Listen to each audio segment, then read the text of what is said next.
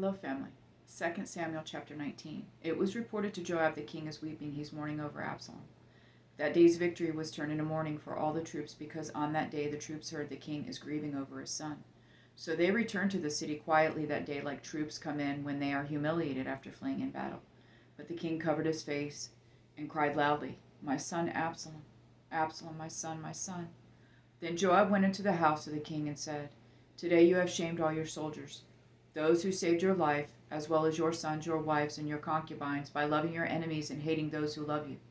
Today you have made it clear that the commanders and soldiers mean nothing to you. In fact, today I know that if Absalom were alive and all of us were dead, it would be fine with you.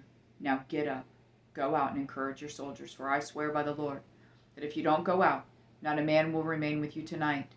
This will be worse for you than all the trouble that has come to you from your youth until now."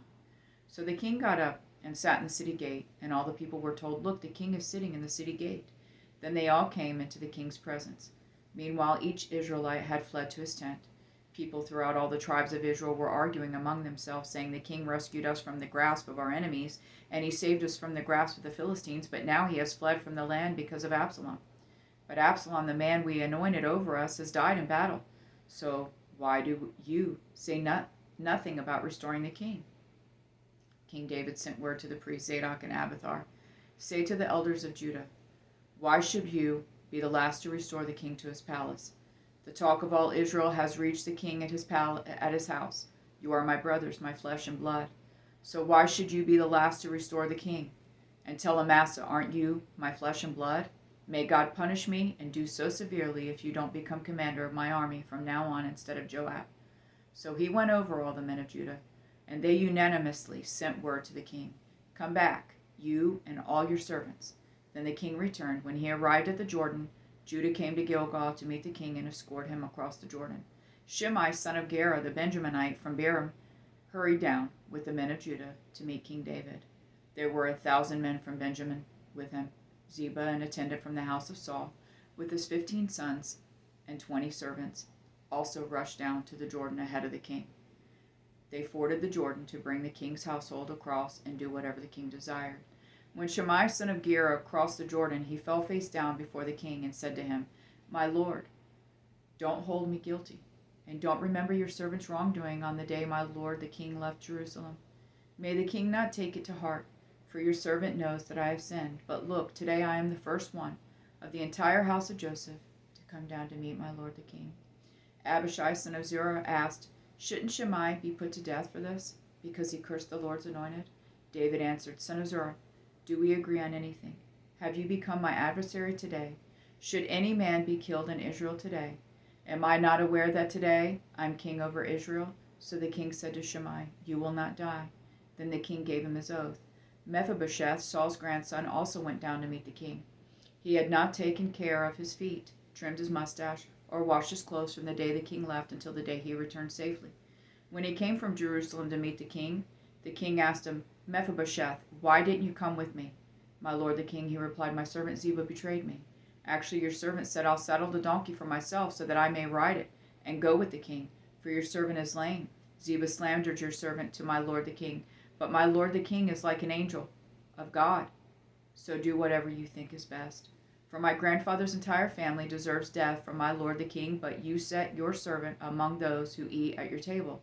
So what further right do I have to keep on making appeals to the king?"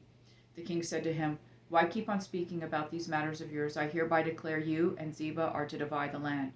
Mephibosheth said to the king, "Instead, since my lord the king has come to his palace safely, let Ziba take it all." Barzillai, the Gileadite, had come down from Rogelim and accompanied the king to the Jordan River to see him off at the Jordan.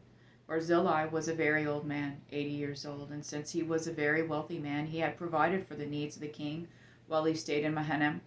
The king said to Barzillai, "Cross over with me, and I'll provide for you, at my side in Jerusalem." Barzillai replied to the king, "How many years of my life are left that I should go up to Jerusalem with the king? I'm now 80 years old. Can I discern what is pleasant and what is not? Can your servant taste what he eats or drinks? Can I still hear the voice of male and female singers? Why should your servant be an added burden to my lord the king? Since your servant is only going with the king a little way across the Jordan, why should the king repay me with such a reward?" Please let your servant return, so that I may die in my own city near the tomb of my father and mother. But here is your servant Chimham. Let him cross over with my lord the king. Do for him what seems good to you." The king replied, "Chimham will cross over with me, and I will do for him what seems good to you, and whatever you desire from me I will do for you." So all the people crossed the Jordan, and then the king crossed. The king kissed Barzillai and blessed him, and Barzillai returned to his home. The king went to Gilgal, and Chimham went with him. All the troops of Judah and half of Israel escorted the king.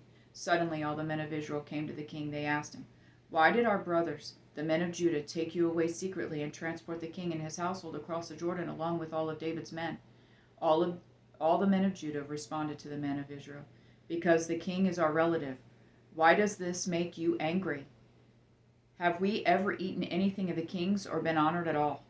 The men of Israel answered the men of Judah, "We have 10 shares in the king, so we have a greater claim to David than you. Why then do you despise us? Weren't we the first to speak of restoring our king?" But the words of the men of Judah were harsher than those of the men of Israel. I love you, Jonathan and Jesse.